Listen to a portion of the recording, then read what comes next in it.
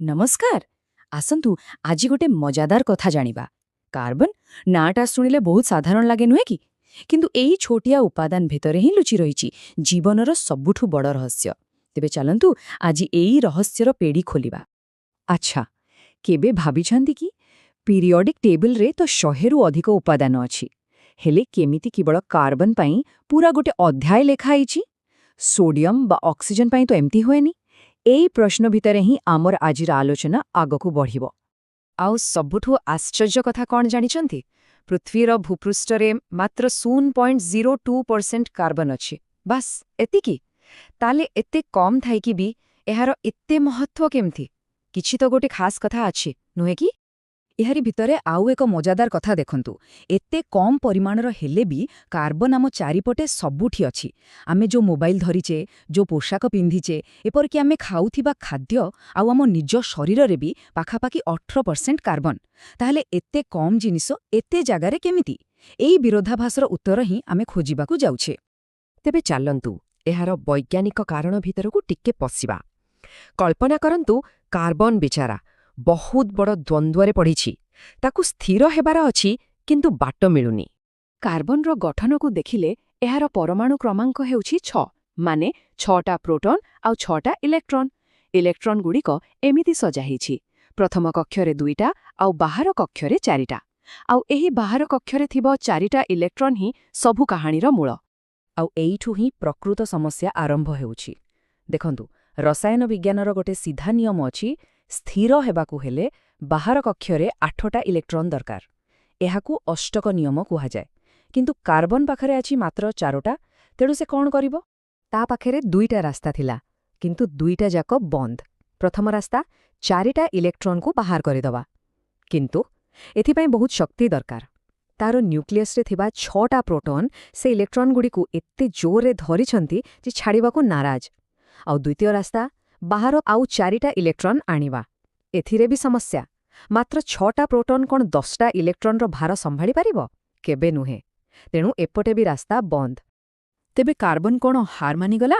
ना, से गोटे तृतीय रास्ता बाहर कला, गोटे चमत्कार रास्ता।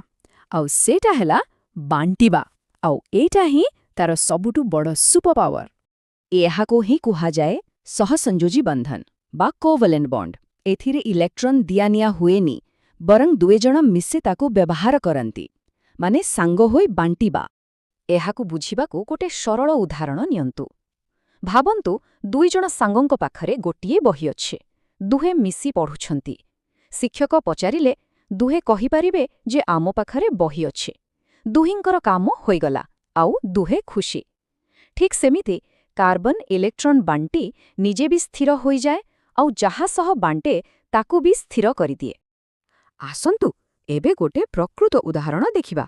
मिथेन मझिरे रहिला आम कार्बन, तार 4टा इलेक्ट्रॉन को नै गोटे पटु गोटे हाइड्रोजन आसिला, तार गोटे इलेक्ट्रॉन को कार्बन सह बांटिला। एमिति आउ 3टा हाइड्रोजन आसी निज निज इलेक्ट्रॉन बांटिले। फलरे कोन हेला? कार्बन रो बाहर कक्षरे 8टा इलेक्ट्रॉन पूरा होइगला, आउ प्रतिटी हाइड्रोजन रो भी 2टा इलेक्ट्रॉन होइगला। समस्ते खुशी, समस्ते स्थिर।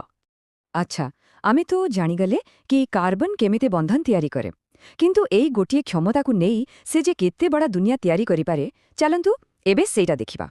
कार्बन रो सबुठु खास कथा हेला तार कैटिनेशन गुण।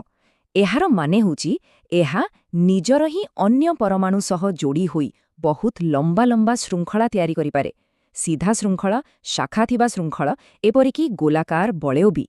आउ एई शक्तिशाली श्रृंखला ही जीवन पाई जरूरी थिबा बड़ बड़ अणुर मेरुदंड तयारी करे। एतिकरे कथा सरिनी। एहा केवल लंबा चेन तयारी करेनी, बरं एहा भितरे थिबा बंधन भी अलग अलग प्रकारर होई पारे। केतेबेले एकक बंधन, केतेबेले द्वि बंधन, आउ केतेबेले त्रिबंधन। एही बहुमुखीता ही ताकु असंख्य प्रकारर यौगिक तयारी करिबाले साहाय्य करे। आउ एई बंधनर प्रकारकु नेई कार्बनर 3टी मुख्य हाइड्रोकार्बन परिवार अछि, जेउठी एकक बंधन सेमाने हेले आल्केन, जेउठी द्विबंधन सेमाने आल्किन, आउ जेउठी त्रिबंधन सेमाने हेले आल्काइन। आमे कार्बनर मेरुदंड विषୟରେ जानिगले, हेले गोटे अणुर प्रकृत चरित्र केमिति तयारी हुए? चालंतु एबे एई कहानीर शेष आउ सबुटु मजादार अंशकु जिबा। एगुड़िक हेउछि कार्यकारी गोष्ठी ବା ଫଙ୍କସନାଲ ଗ୍ରୁପ। ଭାବି ନିଅନ୍ତୁ ଏମାନେ ହେଉଛନ୍ତି ଗୋଟେ ଅଣୁର ପର୍ସନାଲିଟି। ଏମାନେ ହେଉଛନ୍ତି କିଛି ପରମାଣୁର ଛୋଟ ଛୋଟ ଦଳ ଯେଉଁମାନେ କାର୍ବନ ଶୃଙ୍ଖଳରେ ଲାଗିଯାନ୍ତି। ଆଉ ଯେମିତି ହିଁ ମାନେ ଲାଗନ୍ତି ସେହି ଅଣୁର ପୂରା ରାସାୟନିକ ଗୁଣ ବଦଳିଯାଏ। ଦେଖନ୍ତୁ କେତେ ମଜାଦାର ଏଗୁଡ଼ିକା। ଯେତେବେଳେ ଗୋଟେ କାର୍ବନ ଶୃଙ୍ଖଳାରେ OH ଗୋଷ୍ଠୀ ଲାଗିଯାଏ ସେଇଟା ହେଇଯାଏ ଆଲକୋହଲ। ସେହିପରି COOH ଲାଗିଲେ ତାହା ଆସିଡ୍ ହୋଇଯାଏ, ଯେମିତିକି ଆମେ ବ୍ୟବହାର କରୁଥିବା ଭିନେଗାର। ଏଇ ଛୋଟ ଛୋଟ ଗୋଷ୍ଠୀ ହିଁ ଏତେ ବଡ଼ ବଡ଼ ପରିବର୍ତ୍ତନ ଆଣିଥାନ୍ତି। ତେବେ ଏତେ ସବୁ ଆଲୋଚନା ପରେ ଆମେ ଆମର ମୂଳ ପ୍ରଶ୍ନର ଉତ୍ତର ପାଇଗଲେ। କାର୍ବନ କାହିଁକି ଏତେ ଖାସ୍? କାରଣ ଏହା 4ଟି ସ୍ଥିର ସହସଂଯୋଜୀ ବନ୍ଧନ ତିଆରି କରିପାରେ। ଆଉ ଏହି ବନ୍ଧନ ସେ ନିଜ ସହିତ ବି କରିପାରେ, ଆଉ ଅନ୍ୟ ଉପାଦାନ ସହିତ ବି। ଏହି ଅଦ୍ୱିତୀୟ କ୍ଷମତା ହିଁ ତାକୁ ଜୀବନର ମୂଳ ଦୁଆ କରି ଗଢ଼ି ତୋଳିଛି। ଆଚ୍ଛା, ଶେଷରେ ଗୋଟେ ପ୍ରଶ୍ନ ମନକୁ ଆସୁଛି। ଆମେ ଜାଣିଛେ ଯେ ଏ ପୃଥିବୀରେ ଜୀବନ କାର୍ବନ ଉପରେ ହିଁ ତିଆରି। କିନ୍ତୁ କ'ଣ ଏଇ ବ୍ରହ୍ମାଣ୍ଡରେ ଆଉ କେଉଁଠି ଯଦି ଜୀବନ ଥିବ ତାହା ବି କାର୍ବନ ଆଧାରିତ ହୋଇଥିବ, ନା ଆଉ କିଛି ହୋଇପାରେ? ଏହି ପ୍ରଶ୍ନର ଉତ୍ତର ବୋଧହୁଏ ଆମକୁ ଭବିଷ୍ୟତରେ ମିଳିବ।